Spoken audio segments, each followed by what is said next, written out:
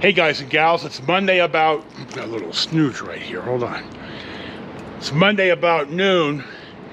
I'm meeting my Hanai brother. I've also referred to him as my Hanai cousin, Paul. His nickname is Moon.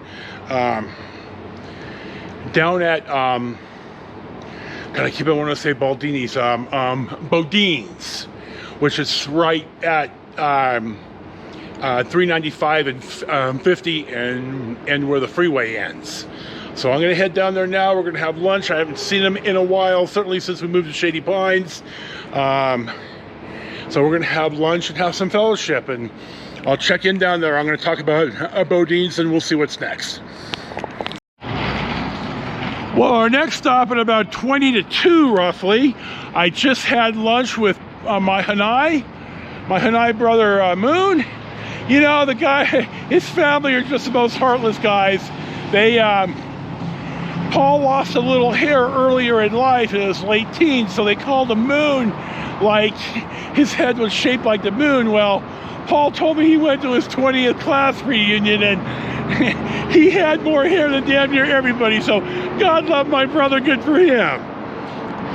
Anyway, we're at Bodine's, and the quick story here is Max Spyder Jr., the guy who played Jethro Bodine in Beverly Hillbillies, was the front man of the group trying to put this together. And the original idea was that it was going to be a lot bigger and a lot more Beverly Hillbillies themed. And I can't quite remember if the city just said, no, we're not going to put up with this, or if the financing started to get tough. I'm not exactly sure. It was a while ago. The place has been open for probably 20 years by now. The food was good. It was nice inside. My brother and I had excellent fellowship. He's good people.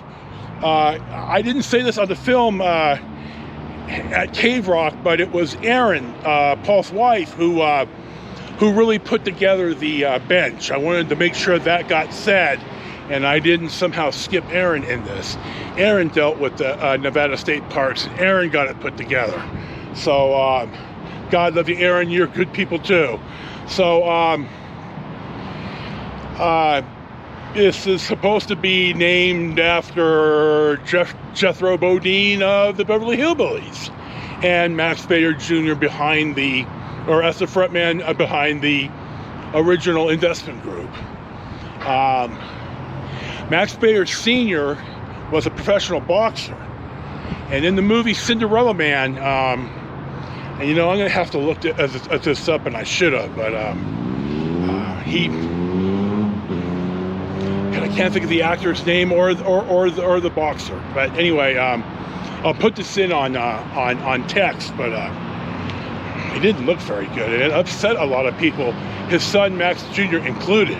It's like, you know, Max Sr. killed a guy in the ring, and you know, he never got over it. But you know, American movies and TVs, there always has to be a villain, and they made this guy out to be a villain, and they really didn't have to.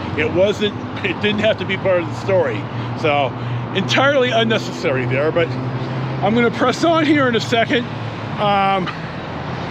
God, it's a warm one, but we're gonna probably go for the shorter of the two rides. You know, I gotta know my limitations. So there you go, and we'll see what's next.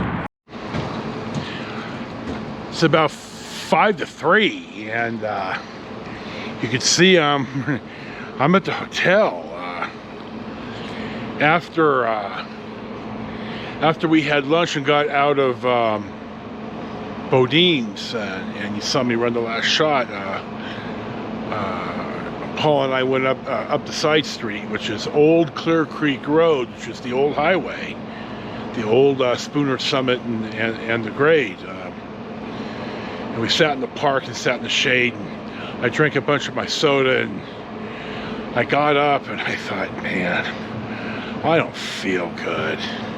I'm hot and I'm miserable, and I rode down and back without my jacket or my gloves, and it was just so It's only 92 degrees, but it's going to be 96 sometime today, and I just didn't have it in me. I've got to be paying attention to this, which is one of the reasons I didn't take my bike back to Chicago.